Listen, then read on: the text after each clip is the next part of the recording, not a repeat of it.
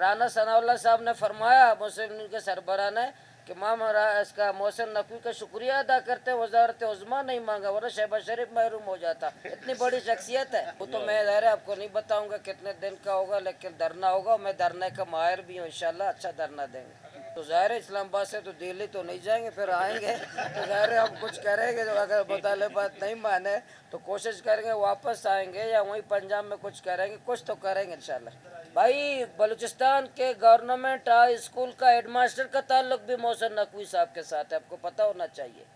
کوئٹہ کے girls high school کے head master کا تعلق بھی محسن نقوی صاحب کے ساتھ ہے. یہ ہماری حکومت کی بس کی بات نہیں ہے. آپ کو پتہ نہیں ہے کون ہے؟ یہ ہمارا رشتہ دار ہے، ہمارا بالکل پورا ملک کا طاقتور طبقے کا. سب عسکری مداخلت سے کیا مراد ہے؟ میں نے کہا عسکری پارک دیکھا ہے بلوچستان میں؟ کہہ رہے کوئٹہ میں؟ کہہ رہے ہاں. میں نے کہا عسکری پارک وہی اسی کی میں بات کر رہا ہوں. اسی طرح جو کہہ رہے ہمیں آئینی حقوق دیے جائے، صوبے کے تمام فیصلے منتخب نمائندوں کو کرنے کا اختیار دیا جائے. دوسرا یہ کہ بلوچستان میں گالی اور گولی کی پالیسی ترک کی جائے، ایف سی کو بے دخل کیا جائے اور چیک پوسٹوں پر عوام کی تذلیل بند کیا جائے. گوادر سے چمن تک بارڈر کی بندش سے 3 لاکھ افراد کو بے روزگار کرنا 30 لاکھ نامنظور ہے. ٹرالر مافیا کی سرپرستی بند کی جائے، لاپتہ افراد کو بازیاب کیا جائے، مسخ شدہ لاشیں پھینکنا بند کیا جائے، جبری گمشدگیاں سے سلسلہ بند کیا جائے، سیاسی آزادیوں پر پابندی کا خاتمہ کیا جائے، ڈاکٹر مارنگ، بیبک بلوچ، شاجی اور دیگر سیاسی کارکنوں کو رہا کیا جائے. اور اس میں ہم نے ایڈ کیا ہے، ابھی نہیں ہے، جو علی وزیر صاحب جو بند ہے اس کو میں خود دیکھنے بھی گیا تھا، گڈانی جیل میں تھے جب. تو علی وزیر صاحب بھی ایک سیاسی انتقام کا نشانہ ہے. تو جب اسلام آباد جا رہے ہیں تو ظاہر علی وزیر کا بھی ہمیں مطالبہ کرتے ہیں کہ اس کے خلاف جو بدترین اس پہ تشدد ہے، علی وزیر کو بھی رہا کیا جائے، سیاسی انتقام کا سلسلہ بند کیا جائے. بلوچستان میں سی پیک کا فیز 1 اور فیز 2 کی جو تفصیلات ہیں وہ عوام کے سامنے لائی جائے.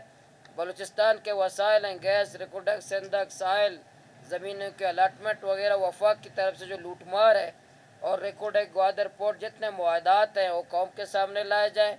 بلوچستان کو امن دیا جائے، شاہراہوں کو محفوظ بنا جائے. ڈیتھ اسکواڈ ہے، اغوا کار ہیں، بطہ خور ہیں، منشیات فروشوں کی جو ہے سرکاری سرپرستی ہے وہ بند کیا جائے. 8 ہمارے ڈیمانڈ ہے اور 8 ڈیمانڈ میں سے سب اسی میں محسن نقوی صاحب سے تعلق رکھتے ہیں.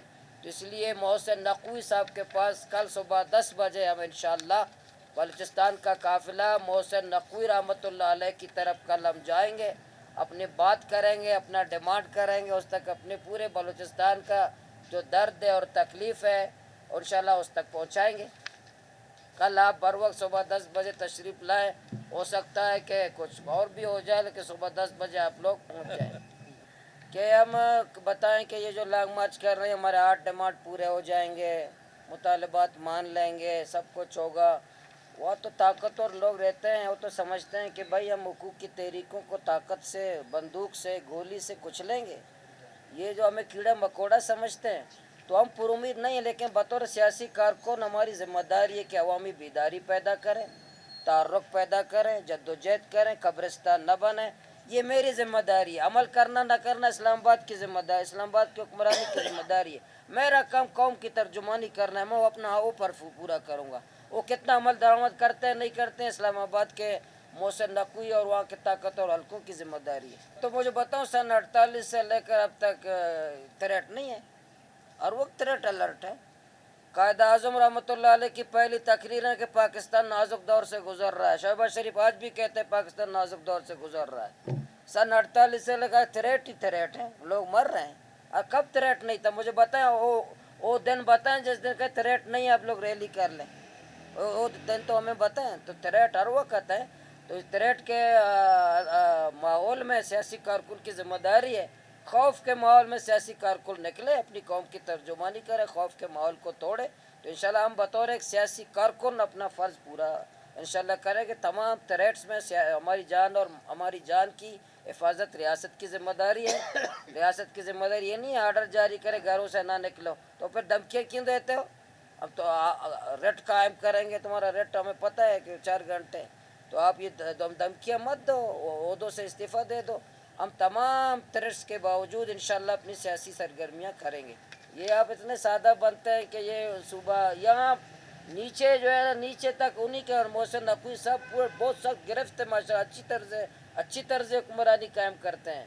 اسی لیے ہمارے چپراسی سے لے کر چیف سیکرٹری تک محسن نقوی صاحب کے بغیر نہیں ہو سکتا. اس لیے ہم وہاں جا رہے ہیں, محسن نقوی صاحب سے ہاتھ جوڑیں گے, بات کریں گے, اگر کری بات اس کا پیشانی چومیں گے, کبھی رحم کرو بلوچستان پر. انشاءاللہ میڈیا کے سامنے ہوگا. بہت جتنے لانگ مارچ ہوئے اس سے بڑی ہوگی, جتنے یہاں قوم پرستوں نے کیا ان سے بڑی ہوگی. بہت اچھی لانگ مارچ ہوگی انشاءاللہ. کل صبح 10 بجے آپ دیکھیں گے انشاءاللہ. حافظ نعیم الرحمن صاحب مرکزی پوری جماعت ہمارے ساتھ ہے. حافظ نعیم الرحمن صاحب ہمیں جوائن کریں گے. پورا پنجاب ہمارے ساتھ ہے. ڈیرہ غازی خان انشاءاللہ ڈیرہ غازی خان سے استقبال شروع ہوگا تاکہ اسلام آباد تک, فورٹ منڈو تک ہمارا استقبال ہوگا. پورا اسلام آباد تک پورا پنجاب ہمارے ساتھ ہے. مرکزی جماعت اسلامی ہمارے ساتھ ہے.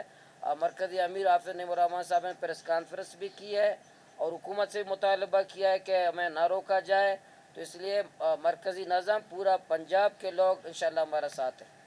نہیں, میں پر امید تو نا امید نہیں ہوں. میں سیاسی کارکن نا امید نہیں ہوں. میں ایک جب ایم پی اے کی سیٹ جیتا ہے میں وہ بغیر پیسے کے, تو وہ گوادر تھا. میں 4 بندوں کو تقریر کرتا تھا. کونسلر کا الیکشن میں نے ہار گیا تھا. جو کونسلر کا الیکشن ہار گیا اور پھر ایم پی اے بنا تو میں مایوس کبھی نہیں ہوا. میں اللہ سے, اپنی قوم سے, نوجوانوں سے مایوس نہیں ہوں. تو آج نہیں تو کل, کل نہیں تو پرسوں محسن نقوی کی بات ماننا پڑے گا اگر پاکستان بچانا ہے. اگر پاکستان نہیں بچانا ہے تو اندھے بہرے بن جائیں.